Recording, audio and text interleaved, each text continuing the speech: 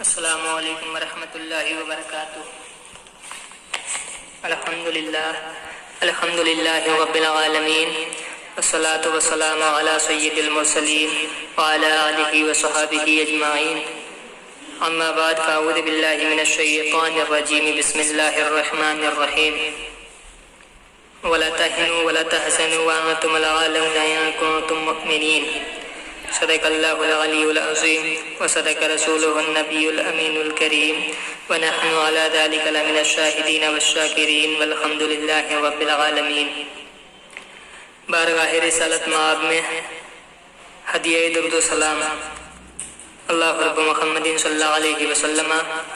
نحن عباد محمد صلی اللہ علیہ وسلم، الصلاۃ والسلام علیک یا رسول اللہ صلی اللہ تعالی علیہ وآلہ وسلم۔ ایک مرتبہ اور آقا کو دل کی گہرائیوں کے ساتھ یاد کر لیں۔ اللہ رب محمد صلی اللہ علیہ وسلم، نحن عباد محمد صلی اللہ علیہ وسلم، الصلاۃ والسلام علیک یا رسول اللہ صلی اللہ تعالی علیہ وآلہ وسلم۔ آج بھی ہو جو ابراہیم سا ایماں پیدا، آج بھی ہو جو ابراہیم سا ایماں پیدا، اور کر سکتی ہے انداز گلستاں پیدا۔ ہم جب بھی اٹھے ہیں شمشیر وقت ہو کر، دیکھا ہے اس زمین پر چشمے فلک نے رو کر، باطل سے ڈرنے والے اے آسمان نہیں ہیں ہم، 100 بار کر چکا ہے تو امتحان ہمارا۔ دی اذانیں کبھی یورپ کے کلیساؤں میں، کبھی افریقہ کے تپتے ہوئے صحراؤں میں، دشت تو دشت ہیں دریا بھی نہ چھوڑے ہم نے، بحر ظلمات میں دوڑا دیے گھوڑے ہم نے۔ تو پھر آج مسلمان پستی کے قصر عمیق میں کیوں؟ اس کا علاج کیا ہے؟ اس کا تدراک کیسے ممکن ہے؟ تو اس کی غمازی کرتے ہوئے یہ آیت ہماری ڈھارس بندھا رہی ہے، بتا رہی ہے، متنبع کر رہی ہے۔ ولا تہنوا، کہ رب کائنات اپنے بندوں سے وعدہ فرما رہا ہے کہ اے میرے بندو، اے میری عبادت کرنے والو، اے مجھے خالق تسلیم کرنے والو، گھبراؤ نہیں، غم مت کرو، تم ہی غالب رہو گے اگر تم مومن ہو، کیونکہ مومن کی شان یہ ہوتی ہے کہ ٹل نہ سکتے تھے اگر جنگ میں اڑ جاتے تھے، ٹل نہ سکتے تھے اگر جنگ میں اڑ جاتے تھے، پاؤں شیروں کی بھی میدان سے اکھڑ جاتے تھے، اور حق سے سرکش ہوا کوئی تو بگڑ جاتے تھے، حق سے سرکش ہوا کوئی تو بگڑ جاتے تھے،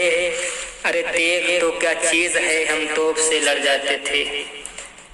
تیغ تو کیا چیز ہے ہم توپ سے لڑ جاتے تھے۔ لیکن آج کا حال یہ ہے کہ قوم مسلم کو نہ جانے کتنی مظلومیت و بربریت کے طوفان سے گزرنا ہوگا، نہ جانے کتنے دردناک ہلاکت خیز پہاڑوں سے ٹکرانا ہوگا، نہ جانے کن کن ظالم صفاقوں سے الجھنا ہوگا، نہ جانے قوم مسلم کی یہ مظلومیت اور بربریت کہاں تک تجاوز کرے گی۔ مگر اے غم اور مصیبت کے دلدل میں پھنسی ہوئی قوم مسلم، ولا تہنوا ولا تحزنوا، گھبراؤ نہیں، غمزدہ نہ ہو، صرف فرق یہ ہو گیا کہ تم نے اپنے اسلاف کی تاریخ کو فراموش کر دیا، تم نے اپنے بزرگوں کے بتائے ہوئے راستے کو بدل ڈالا، تم نے اپنے بزرگوں کے راستے پر چلنا چھوڑ دیا، تم نے اپنے رہنماؤں کی تاریخ کو بھلا دیا۔ اب آؤ، ایک ہی صورت رہ گئی ہے، ایک ہی طریقہ رہ گیا ہے کہ اپنے اسلاف کی تاریخ کے اوراق کو الٹ کر، مستی کی نیند سے بیدار ہو کر کے، عقل و خرد کی چادر اوڑھ کر صحیح اس دور کا مطالعہ کریں، قرون پر نظر ڈالیں جو قرون اولا و وسطیٰ کے نام سے موسوم کیا گیا ہے، تو تم سے غفلت کے پردے اٹھ جائیں گے، تمہاری نگاہیں مشاہدہ کریں گی کہ تخت و تاج تمہارے لیے ہے، کافروں کے لیے نہیں، حکمراں تم ہی ہو، غیر مسلم نہیں۔ کون نہیں جانتا ہے کہ جنگ بدر میں 313 مجاہدین 1000 سے زائد مشرکوں کے مقابلہ میں ڈٹ گئے۔ قربان جائیے ان وفا شعار مسلمانوں پر، جو بھوک و پیاس کا احساس کیے ہوئے بیقراری و غفلت کو محسوس کرتے ہوئے اکثریت کے مقابل میں صف آرا ہو گئے تھے۔ ایک طرف 313 مجاہدین اسلام تھے تو دوسری طرف 1000 سے زائد تھے۔ ایک طرف بھوک و پیاس سے نڈھال تھے تو دوسری طرف شکم شیر و آسودہ تھے۔ ایک طرف بے سر و سامان تھے تو دوسری طرف بکثرت سامان تھے، مگر یہ مسلمان رسول اللہ صلی اللہ علیہ وآلہ وسلم کی آواز پر لبیک کہنے والے تھے۔ اپنی قلت اور کفار کی کثرت کا خیال کرتے ہوئے خوف زدہ نہ ہوئے۔ آخر کار آسمان سے فتح مبین نازل ہوئی اور مسلمانوں کو غلبہ ہوا اور کافروں کو شکست فاش ہوئی۔ یوں ہی جنگ احد میں مسلمانوں نے کئی ہزار سے زائد مشرکوں کو شکست دی تھی۔ آخر ان میں کون سا جذبہ کار فرما تھا؟ آخر کون سی طاقت ان میں پوشیدہ تھی؟ آخر کون سا راز؟ آخر کون پس پشت مددگار تھا؟ ہم 313 تھے تو لرزتا تھا زمانہ، آج ہم کروڑوں ہیں غلامی کے حوالے۔ اگر میں آپ سے ایک سوال کروں کہ بتاؤ آخر وہ کون سی ذات تھی جو اتنی قلیل مدت میں ساری دنیا پر چھا گئی؟ کیا یہودیوں کی ذات تھی؟ کیا نصرانیوں کی ذات تھی؟ کیا ملحدوں کی ذات تھی؟ کیا منافقوں کی ذات تھی؟ کیا مشرکوں کی ذات تھی؟ کیا بے ایمانوں کی ذات تھی؟ کیا پنڈتوں کی ذات تھی؟ تو سب کے سب یہی کہیں گے کہ نہیں، بلکہ وہ خدا کے نام لیواؤں کی ذات تھی، ایک مرد مومن کی ذات تھی، مسجد میں اذان دینے والوں کی ذات تھی، منبر پر خطبہ دینے والوں کی ذات تھی، خدا کی وحدانیت کے پرستاروں کی ذات تھی، منبر پر خطبہ دینے والوں کی ذات تھی، رسول اللہ صلی اللہ علیہ وآلہ وسلم پر ایمان لانے والوں کی ذات تھی، نماز پڑھنے والوں کی ذات تھی، حج کرنے والوں کی ذات تھی، زکوٰۃ دینے والوں کی ذات تھی، اچھے اخلاق والوں کی ذات تھی، اجی مرد مومن کی ذات تھی، مرد مومن کی ذات۔ تو دوستو، میں پوچھنا چاہوں گا کہ اے مسلمانوں، اے مومنوں، آپ بھی تو خدا کے نام لیوا ہو، آپ بھی تو وحدانیت کے پرستار ہیں، آپ بھی تو مسجد میں اذان دینے والے ہیں، آپ بھی تو منبر پر خطبہ دینے والے ہیں، آپ بھی تو نماز پڑھنے والے ہیں، آپ بھی تو روزہ رکھنے والے ہیں، آپ بھی تو زکوٰۃ دینے والے ہیں، آپ بھی تو حج کرنے والے ہیں، آپ بھی تو رسول اللہ صلی اللہ علیہ وآلہ وسلم کے ماننے والے ہیں، آپ بھی تو حضور اکرم نور مجسم سید عالم صلی اللہ علیہ وآلہ وسلم کی غلامی کا پٹا اپنی گردن میں ڈالے ہوئے ہیں۔ آج دیکھا جا رہا ہے کہ ہم سڑکوں پر گولیوں کے نشانے بنائے جا رہے ہیں، ہماری دکانیں لوٹی جا رہی ہیں، ہمارے مکانوں کو جلایا جا رہا ہے، ہم کو تباہ و برباد کیا جا رہا ہے، ہم کو ذلیل و خوار کیا جا رہا ہے، ہم کو بے وطن و بے گھر کیا جا رہا ہے، ہم کو ننگا نچایا جا رہا ہے، ہم کو ہر طرح سے رسوا کیا جا رہا ہے۔ آخر کیوں؟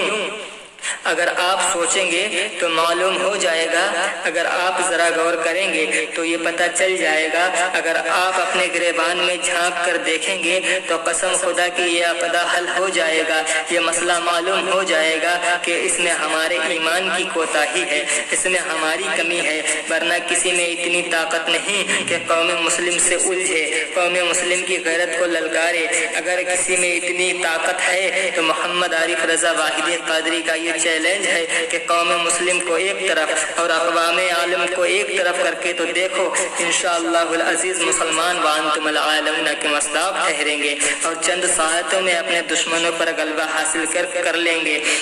اور مشرکوں کے جو ہیں وہ قدم اکھڑ جائیں گے۔ لیکن حکومت بھی مسلمانوں کی جذبہ ایمانی سے واقف ہے اور خبر رکھتی ہے۔ یہی تو وجہ ہے کہ آج بھاگلپور ہو، کانپور ہو یا میرٹھ، مراد آباد ہو یا بجنور، چاہے ہندوستان کا کوئی بھی حصہ ہو،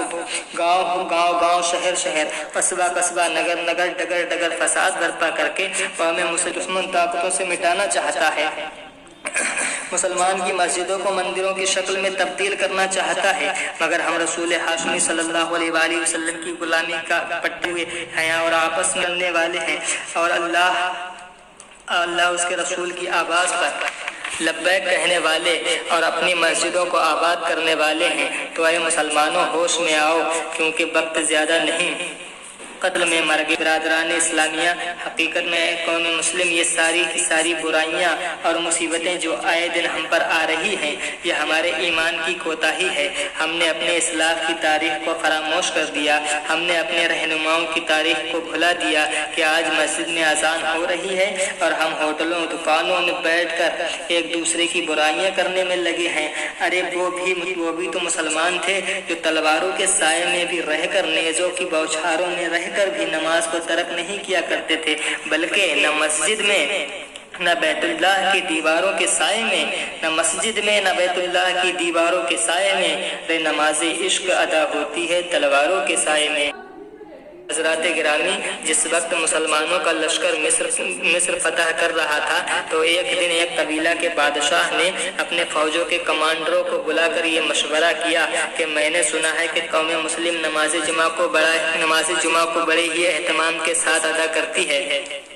لہذا تم لوگ جانتے ہو کہ جمعہ کا دن قریب ہے، اس لیے تم لوگ 40,000 کا لشکر لے کر پہاڑ کی گھاٹیوں میں روپوش کر دو، اور جب مسلمان جمعہ میں دنیا وما فیہا سے بے نیاز ہو کر بارگاہ خدا بندی میں سروا سجود ہو تو تم لوگ فوراً حملہ کر دینا۔ بادشاہ کے حکم کے مطابق تمام لشکر پہاڑ کی گھاٹیوں میں روپوش ہو گیا، اور جب مسلمان جمعہ میں دنیا وما فیہا سے بے نیاز ہو کر بارگاہ خدا بندی میں سروا سجود ہوئے تو مخبروں کی خبر کے مطابق وہ 40,000 کا لشکر جرار جو پہاڑ کی گھاٹیوں میں چھپا تھا فوراً حملہ آور ہوا، ہزاروں کو شہید کیا، نہ جانے کتنوں کو زخمی کیا، مگر مسلمانوں کی نماز میں ذرہ برابر بھی فرق نہ ہوا، بلکہ اس حال میں بھی بڑے ہی تمانیت و متانت کے ساتھ نماز پوری ہو رہی ہے۔ امام صاحب نے سلام پھیرا تو پھر اس کے بعد رنگ بدلا کہ وہ 40,000 کا لشکر جرار جو مسلمانوں کو جامع شہادت پلا رہا تھا آنے واحد میں مسلمانوں کے محاصرہ میں آ گیا، اور اس طرح قتل عام ہوا کہ تاریخ بتاتی ہے کہ ان 40,000 کے لشکر میں سے ایک بھی نہ بچ سکا جو جا کر اپنے بادشاہ کو جنگ کی آخری خبر دے دیتا۔ سنا آپ نے، یہ ہے مسلمانوں کا جذبہ، یہ ہے مسلمانوں کا حوصلہ، یہ ہے مسلمانوں کی غیرت، یہ ہے مسلمانوں کی ہمت، یہ ہے مسلمانوں کی شجاعت، یہ ہے مسلمانوں کا عزم، یہ ہے مسلمانوں کا جوش کہ جب بھی باطل مذہب نے مسلمانوں کے جذبے کو ابھارا ہے، اور جب بھی مسلمانوں کی غیرت کو للکارا ہے، اور جب بھی دیوانگان رسول عربی صلی اللہ علیہ وآلہ وسلم کو چھیڑا ہے تو فوراً مسلمانوں نے باطل مذہب کے محل کی اینٹ سے اینٹ بجا دی ہے اور کہہ دیا ہے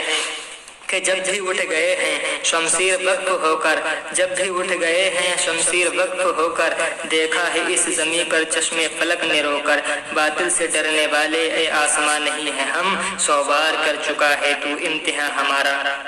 آج بھی اسلام کو مٹانے کی کوششیں کی جا رہی ہیں، اس سے پہلے بھی بڑے بڑے رستم شورماؤں نے اپنی فوجوں کے ساتھ اسلام کو صفحہ عالم سے مٹانے کے لیے ناکام کوششیں کی ہیں، مگر جتنا بھی اسلام کو مٹانے کی کوششیں کی اتنا ہی اسلام پھیلتا گیا، پھولتا گیا، سنورتا گیا۔ اسلام کی فطرت میں قدرت نے لچک دی ہے، جتنا ہی دباؤ گے اتنا ہی ابھرے گا۔ اب مجھے کہنے دو کہ کیا وجہ و سبب ہے کہ ہم اس جاہ و حشمت، شان و شوکت، رفعت و عظمت کے باوجود آج ذلیل و خوار ہوتے جا رہے ہیں۔ آج ہم کائنات عالم میں بے یار و مددگار ہوتے جا رہے ہیں۔ آج ہم کفار و مشرکین سے حفظ و امان کی بھیک مانگتے پھرتے ہیں۔ ہمارے اسلاف یہی کلمہ توحید لا الہ الا اللہ محمد رسول اللہ صلی اللہ علیہ وآلہ وسلم پڑھ کر ہی تو معزز و مکرم تھے۔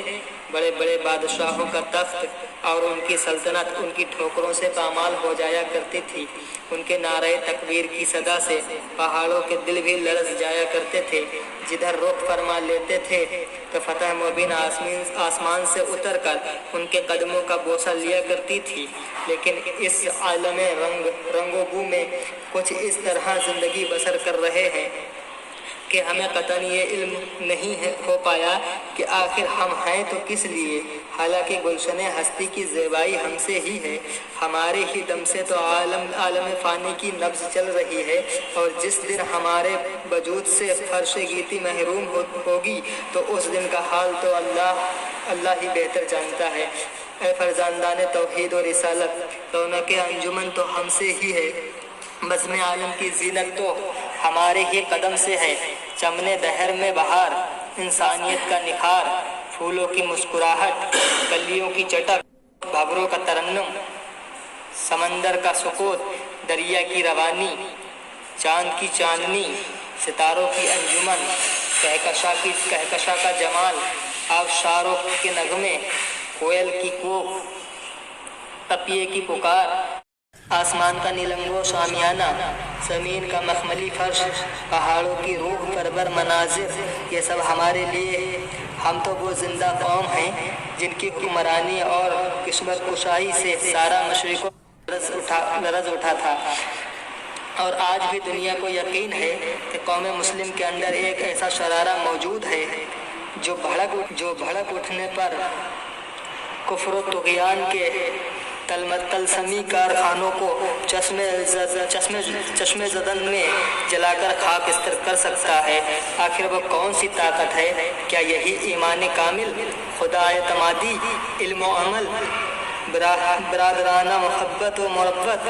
حسن اخلاق، اس قسم کے دوسرے اعلیٰ صفات صحیح معنوں میں جب مسلمان کے اندر ایمان و یقین کی دولت عام تھی، جو جزل و تاریخ ابن زیاد جیسے غیور مرد مجاہد نے